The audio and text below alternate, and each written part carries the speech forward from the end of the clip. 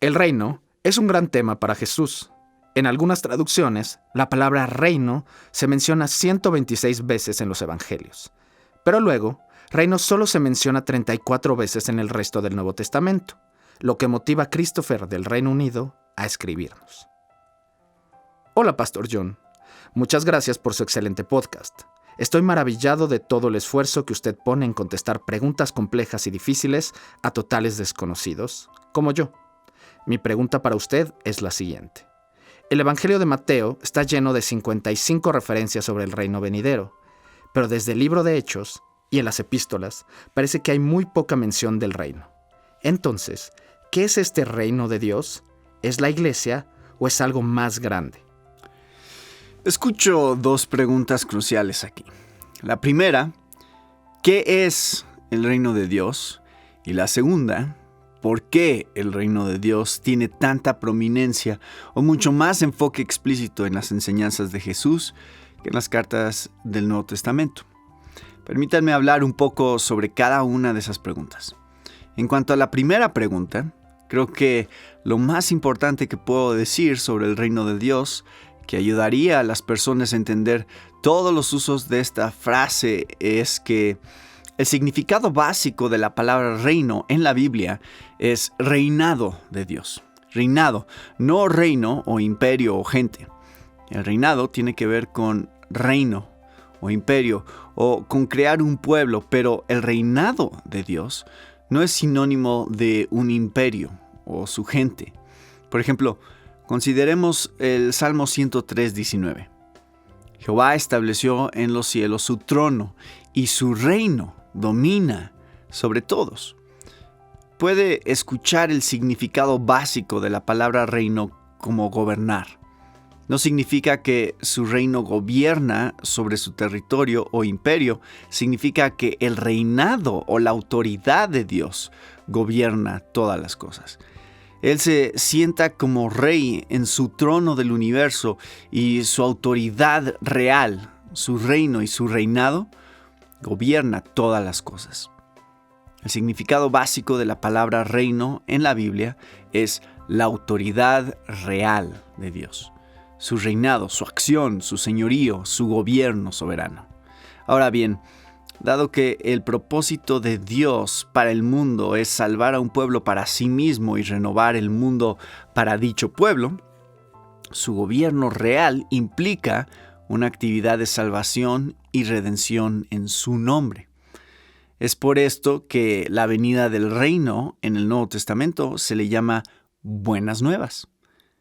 En y a través de Jesús, Dios, el Rey, viene de una nueva manera, al mundo para establecer su gobierno de salvación.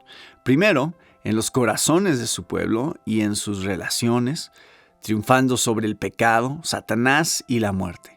Luego, mediante el ejercicio de su reinado, reuniendo a un pueblo para sí mismo en congregaciones que viven como ciudadanos de una nueva alianza del reino, no de este mundo.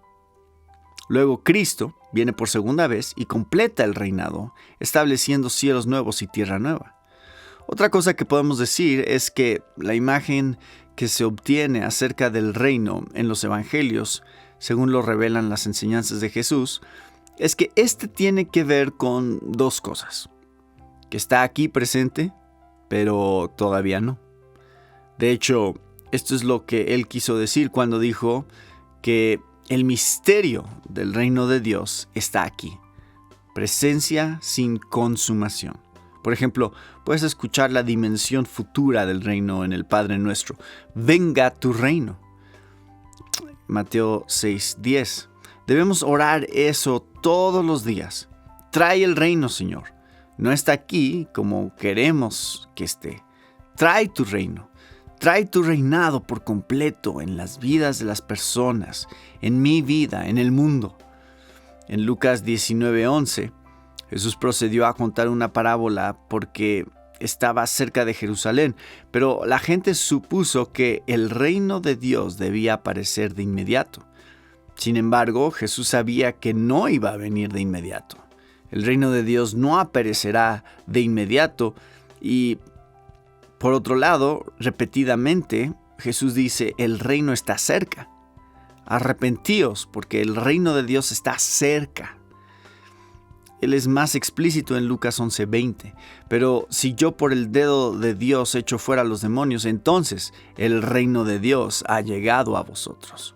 Aún más, Lucas 17:21 dice, he aquí, el reino de Dios entre vosotros está. ¿Cómo puede el reino de Dios todavía no estar presente y ya estar presente al mismo tiempo? Él dice, ora por ello. Está viniendo, todavía no está aquí, no va a ser de inmediato y, sin embargo, ya está presente entre ustedes, sobre ustedes, está cerca. ¿Cómo puede él decir todo eso? La respuesta es que el reino de Dios es el reinado de Dios, su acción soberana en el mundo para redimir y liberar a un pueblo y luego, en un futuro, terminarlo, completar la obra y renovar definitivamente a su pueblo y al universo. Muy bien, sobre la segunda pregunta acerca de por qué el término reino de Dios o reino de los cielos es tan prominente y explícito en las enseñanzas de Jesús, pero no así en las epístolas, lo cual es cierto, ¿qué debemos decir? Mi sugerencia es esta. Por un lado, durante la vida de Jesús, él caminaba sobre una línea muy fina entre darse a conocer como el Hijo de Dios y la presencia real del Rey mismo. Y por el otro lado, entre guardarse de ser tomado y ser hecho rey terrenal, como querían hacer en Juan 6. Estaban listos para venir y hacerle rey.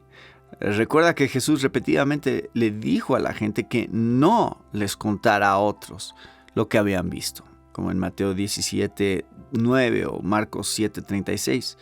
Así les decía, para no suscitar un malentendido generalizado acerca de la naturaleza de su reinado, que provocara entre la gente una revuelta política para arrastrarlo al trono, como en Juan 6. Pero no. Él vino a ser crucificado. Por eso vino. Él vino a morir, no para ser puesto en un trono todavía. Él solo sería rey por medio de la crucifixión y la resurrección. Los discípulos apenas podían comprender eso.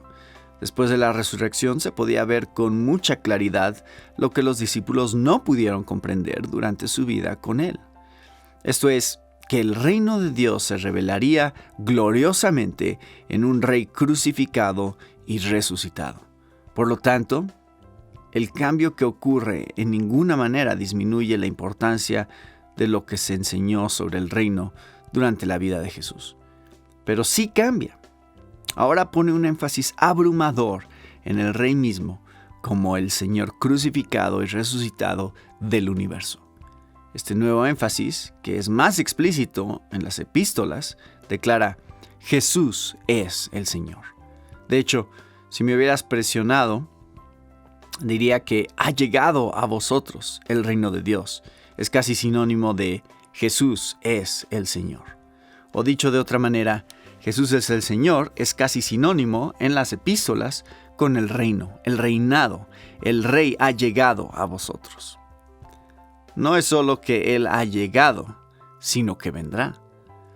Creo que probablemente hacemos bien hoy en tener esto en mente cada vez que destaquemos el reino de Dios.